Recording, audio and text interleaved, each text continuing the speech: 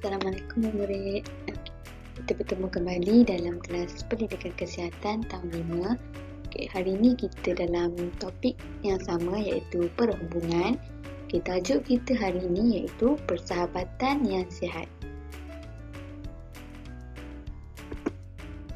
Cikgu pergi kepada standard kandungan. Yang pertama, kemahiran interpersonal dan komunikasi berkesan dalam kehidupan harian. Standard pembelajaran. Yang pertama, murid-murid dapat memahami ciri-ciri persahabatan yang sihat. Yang kedua, murid-murid dapat mengaplikasikan kemahiran kecekapan psikososial dalam menjalin persahabatan yang sihat. Dan yang ketiga, murid-murid dapat menilai persahabatan yang sihat. Murid-murid boleh merujuk buku teks Pendidikan Jasmani dan Kesihatan tahun 5, muka surat 86 dan 87.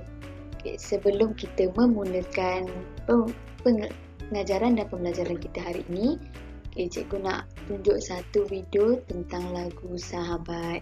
Kita dengarkan sama-sama ya.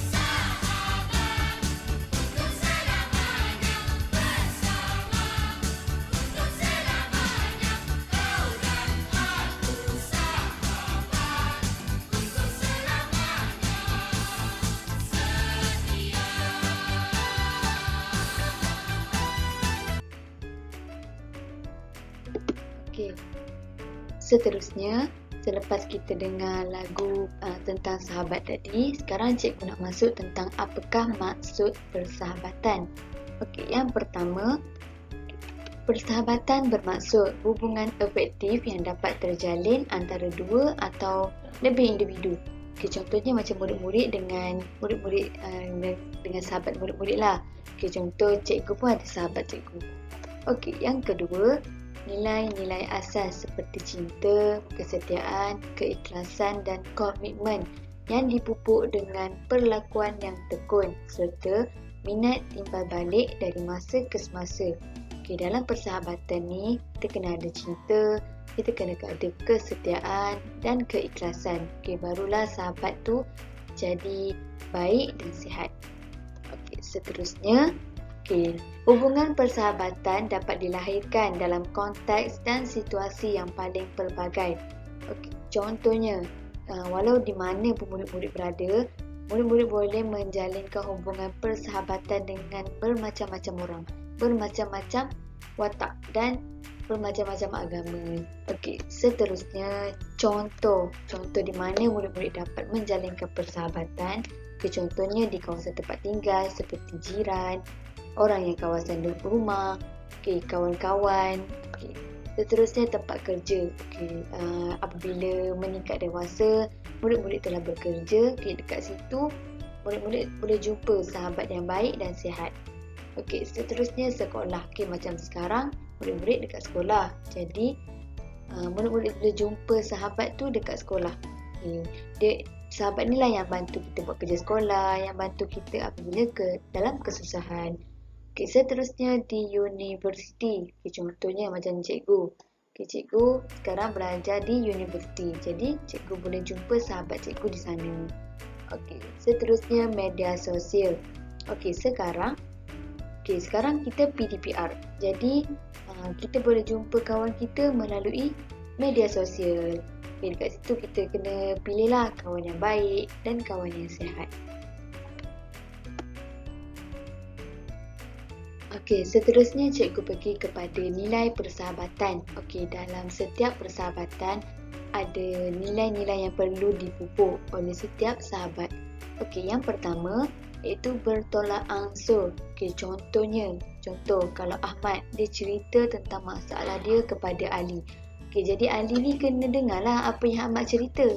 Tapi nanti bila Ali dalam kesusahan, Ahmad pula dengar apa yang Ali dalam kesusahan, apa yang cerita yang ingin Ali sampaikan. Jadi kat situ masing-masing boleh bercerita dan boleh menyelesaikan masalah antara satu sama lain. Okey, yang kedua iaitu mengambil berat. Okey, contoh kalau kawan-kawan awak semula yang ada masalah, lepas tu tak tahu nak buat macam mana kerja sekolah yang cikgu bagi. Jadi masing-masing bantulah antara satu sama lain. Okay, contoh kawan awak tak sihat ke, kawan awak ambil berat tentang keadaan kawan awak. Okay, seterusnya iaitu menghormati. Okay, contohnya kalau kawan awak tu dalam kesedihan, lepas tu dia nak duduk sendirian, dia tak nak pun orang ganggu dia. Okay, jadi awak ni kena faham apa yang kawan awak nak. Okay, jadi awak kena menghormati apa perasaan dia. Okay, seterusnya memberikan komitmen antara satu sama lain. Okay, yang ni macam cikgu cakap, awak membantu sahabat antara satu sama lain. Okay, contoh, awak dalam kesusahan, jadi kawan awak ni bantulah awak. Jadi bila kawan awak dalam kesusahan, awak pula bantu dia. Okay, macam cikgu. Cikgu pernah ada masalah, jadi kawan cikgu bantu cikgu. Jadi masalah tu bolehlah selesai dengan bantuan orang lain juga. Okey, kita dalam bersahabat ni, kita tidak boleh sombong. Nanti kalau sombong, orang tak nak berkawan dengan kita. Okey, seterusnya empati. Okey, dekat sini cikgu nak terangkan empati dengan simpati. Okey, empati membawa maksud menyelami dan memahami perasaan atau seseorang individu. Tapi dia berlainan dengan simpati. Simpati ni perasaan belas kasihan atau timbang rasa terhadap seseorang. Okay. Dalam persahabatan kita kena ada empati. Kerana empati ni kita dapat faham apa perasaan kawan kita ni. Apa dia gembira ke, dia sedih ke. Okey. Simpati pula berlainan. Simpati ni bila kita rasa ada belas kasihan terhadap orang lain. Okey, seterusnya cikgu pergi kepada ciri-ciri persahabatan yang sihat. Okey. Setiap sahabat ni kenalah ada ciri-ciri untuk mendapatkan sahabat yang sihat. Okey, yang pertama, sentiasa ikhlas membantu dan rakan dalam kesusahan. Okey. Ciri-ciri sahabat baik ni, kawan awak ni ikhlas membantu awak dalam kesusahan. Okey, kebanyakan murid-murid ni dalam kesusahan biasanya dalam buat kerja sekolah lah kan. Ini kawan awak ni ikhlas lah bantu awak buat kerja sekolah. Okay. Yang kedua, berbudi pekerti dalam tingkah laku dan bercakap dan bersopan dalam percakapan. Okey, yang ni dia cakap lemah lembut, dia cakap baik-baik, dia tak kurang ajar. Yang tu merupakan ciri sahabat yang sihat. Okay. Yang seterusnya, menghormati hak dan barang kepunyaan rakan. Okay, contohnya, contoh kawan awak nak pinjam pensel, tapi dia minta izin awak. Yang tu merupakan ciri sahabat yang baik. Lepas dia pinjam, dia bagi balik. Okay. Seterusnya, bersangka baik dengan rakan. Okey, bersangka baik ni contoh, dia tak memfitnah rakan dia. Dia berbaik je, dia berkawan dengan baik, dia bercakap dengan baik. Jadi, tiada perselisihan faham yang berlaku. Okay, seterusnya, setia dalam persahabatan dan tidak mengkhianati rakan. Okey, maksud setia ni dia percaya kawan dia. Dia tidak memburuk-burukkan kawan dia di belakang kawan dia. Okey, jadi dia tidak mengkhianati rakan dia. Macam contoh mengkhianati ni, dia tidak mengumpat tentang rakan dia. Dia tidak mencuri barang-barang rakan dia. Okey, kalau dia nak minta sesuatu, dia minta izin dahulu. Okey, seterusnya, sentiasa menyokong tindakan baik yang dilakukan oleh rakan. Okay, contohnya, kawan awak ni nak masuk satu pertandingan, pertandingan syarahan contohnya. Okay, awak sebagai rakan boleh bagi sokongan dekat dia, memberi sokongan. Okay. Seterusnya, contoh yang cikgu bagi, contoh, kalau Ahmad ni ataupun Ashraf, dia nak jadi pemain bola sepak. Okay, jadi kawan-kawan yang lain bagilah semangat dekat dia. Okay, bagi semangat dekat Ashraf ni, cakap Ashraf perlu berlatih untuk menjadi pemain bola sepak yang terkenal. Okey. Okey. Setelah kita pelajari tentang persahabatan, kita dah tahu apa nilai persahabatan, kita dah tahu apa ciri-ciri sahabat yang sihat. Okey, sekarang cikgu ada soalan yang kebat untuk anda semua. Okey, yang pertama, soalan cikgu, apakah tindakan kamu apabila mengetahui rakan kamu telah mengkhianati persahabatan? Okey, maksudnya kat sini, apakah yang murid-murid dah perlu lakukan apabila tahu kawan-kawan murid awak semua ni mengkhianati persahabatan awak? Okey, dekat sini cikgu ada berikan pandangan ataupun tindakan yang bakal cikgu lakukan. Yang pertama, cikgu menerima bahawa dikhianati oleh rakan sangat menyakitkan. Okey, betul. Dia sangat menyakitkan kerana sahabat ni kita percaya dia tapi dia telah khianat kita. Okay, jadi kita kena terima walaupun hati kita sakit. Okey, seterusnya sekiranya boleh berdepan, lakukan perbincangan yang jujur dengan rakan. Okey, contohnya murid-murid mampu berdepan dengan kawan murid-murid yang mengkhianati persahabatan murid-murid tu, berbincang dengan dia, kena tanya dia kenapa, cari sebab mengapa kita dikhianati. Tanya dia kenapa khianati persahabatan yang telah dijalinkan, apa salah dia. Murid-murid tanyalah apa salah saya, awak buat macam ni.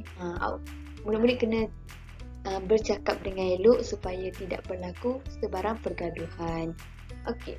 Seterusnya, jangan terburu-buru membuat keputusan.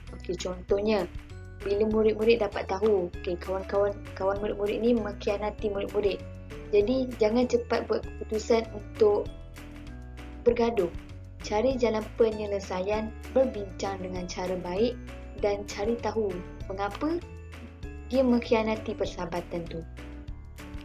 Dan yang terakhir, tindakan cikgu lah, mengucapkan selamat tinggal atau memaafkan rakan.